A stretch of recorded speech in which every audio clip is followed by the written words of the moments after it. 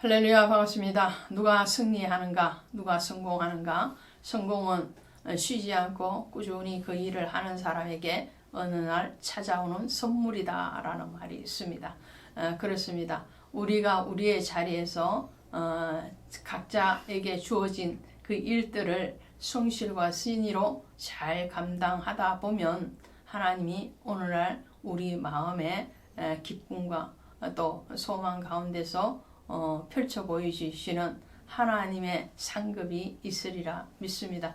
오늘 스가랴서 8장 갑니다. 스가랴서 8장에 가시면 예루살렘을 다시 회복해 주시겠다라는 약속의 말씀, 그리고 그것을 정말 펼쳐 보여서 환상 가운데 보여주시는 그런 예루살렘의 회복, 유다의 회복에 대해서 말씀을 합니다. 우리는 언제나 이 회복이 반갑고 좋습니다. 왜 그렇습니까? 그것은 하나님이 우리를 다시 찾아오셨다라는 것을 말씀을 하고 있죠.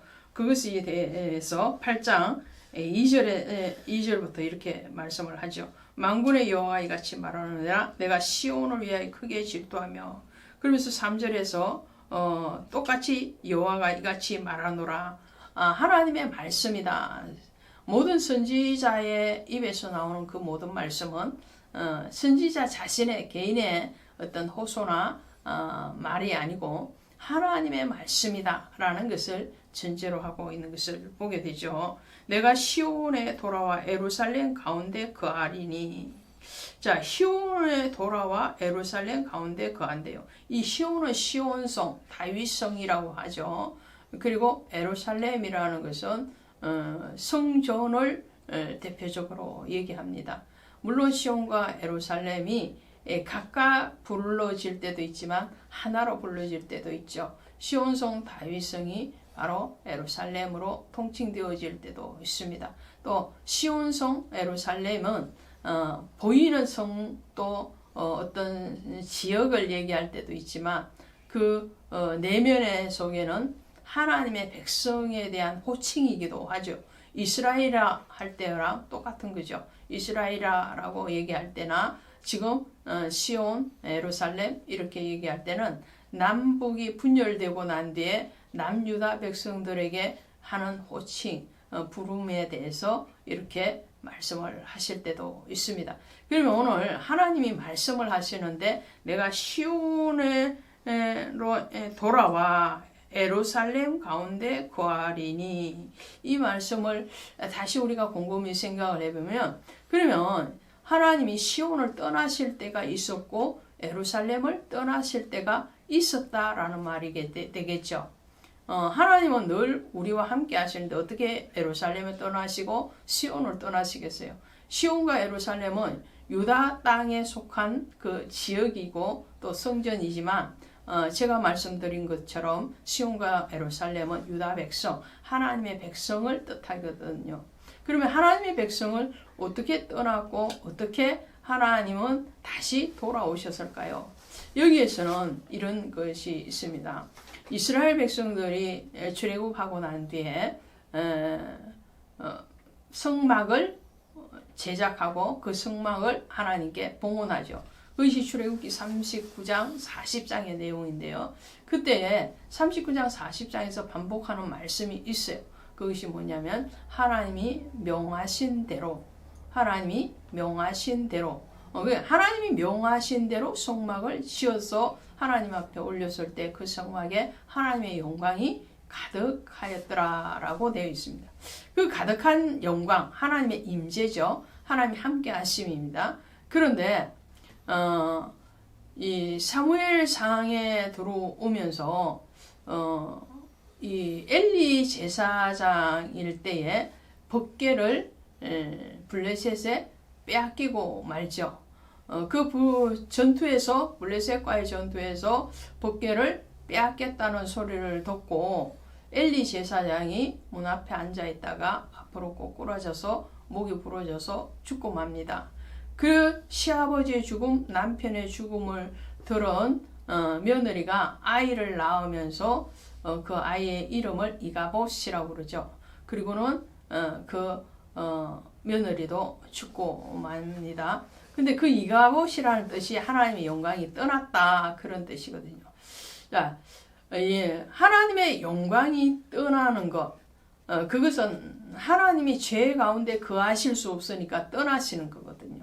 유다 백성들이 예루살렘에 으로 호칭되어지고 또 시온으로 호칭되어지는 그 지역을 떠났다는 말일 뿐만 아니라 하나님이 죄 가운데 거하실 수 없으므로 떠나셨다 이런 말씀이에요. 그러나 그것이 온전한 떠남, 완전한 떠남, 결별이었느냐? 그것은 아니었다는 거죠. 하나님 어디 가 계셨습니까? 지금 유다 백성들이 바벨론으로 포로로 잡혀갔습니다. 유다 땅, 예루살렘 땅은 지금 유다 백성들이 없는 거죠. 제사가 무너지고 하나님 앞에 교제가 단절된 상태가 되어지잖아요. 왜 하나님이 떠나셔서 어디가 계신가요? 다니엘서나 에스겔 선지자는 그발강가 바벨론 포로 중에서 외치죠. 그 포로 가운데서 외쳤다라는 것은 하나님의 이상, 하나님의 환상이 포로 가운데 있는 유다 백성들과 함께 했다는 거예요. 그의 자시여 그의 사랑하는 백성들인 유다 백성들을 하나님은 결코 완전히 떠나신 것이 아니라 그와 함께 하셨다는 거예요. 이 이스라엘 땅에 있을 때는 이스라엘 그 땅에, 예루살렘 성에 있을 때는 예루살렘 그 성에, 또 바벨론으로 포로로 잡혀갔을 때는 그 바벨론으로 하나님은 유다 백성들과 함께 거하셨다는 거예요.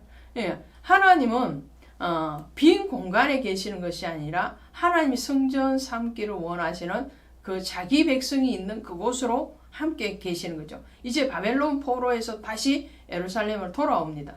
그러니까 그 돌아온 유다 백성들과 함께 하나님이 돌아오셨다 이런 말씀을 하는 거죠. 제가 지금 드리는 말씀이 무슨 말씀이냐면 하나님은 장소적인 의미, 그 성, 그 지역, 거기에 계시는 것이 아니고 하나님의 백성과 함께 하시더라는 거예요. 그래서 임마누엘의 하나님은 우리가 어디에 있든지 함께 하신, 제가 어디에 가 있든지 하나님이 저와 함께 하시는 거죠. 이 장소적인 의미에 머물러 계시는 것이 아니고 그의 백성, 그의 사랑하는 자녀와 함께 하시는 그런 하나님에 대해서 말씀을 합니다. 그러면서 예루살렘은 진리의 성읍이라 일컫겠고 만군의 여호와의 산은 성산이라 일컫. 진리의 성읍이라. 진리가 누구예요? 진리가 바로 예수지요. 나는 길이요 진리요 생명이요 나로 말미암지 아니하고는 아버지께로 올 자가 없느니라 그랬어요. 진리이신 예수 그리스도와 함께하는 것이 바로 예루살렘이고 진리의 성읍이다. 그 성읍이라는 것은 유다 백성들이다라는 거죠. 그리고 그 하나님이 회복에 대해서 말씀할 때에 4절, 5절 이렇게 말씀해요. 예루살렘 길거리에 늙은 남자들과 늙은 여자들이 다시 앉을 것이라. 다 나이가 많으므로 저마다 손에 지팡이를 잡고. 자, 늙은 남자와 늙은 여자가 다시 앉을 것이래. 다시 앉는다. 이 말이 중요하죠. 그러니까 늙은 남자, 늙은 여자가 없었어요. 왜? 전쟁 가운데 죽임을 당하거나 아니면 포로로 잡혀가거나 그랬기 때문에. 그런데 다시 장수의 복, 번영의 복을 하나님이 허락하시겠다, 회복하시겠다라는 말씀이죠. 그 성읍 거리에 소년과 소녀들이 가득하여 거기서 뛰놀리라. 자, 보세요. 늙은 남자, 늙은 여자만 있으면 그것도 좀 문제가 되잖아요. 지금 전 세계뿐만 아니라 우리나라에서도 급속도로 노령화되어져 가고 있죠.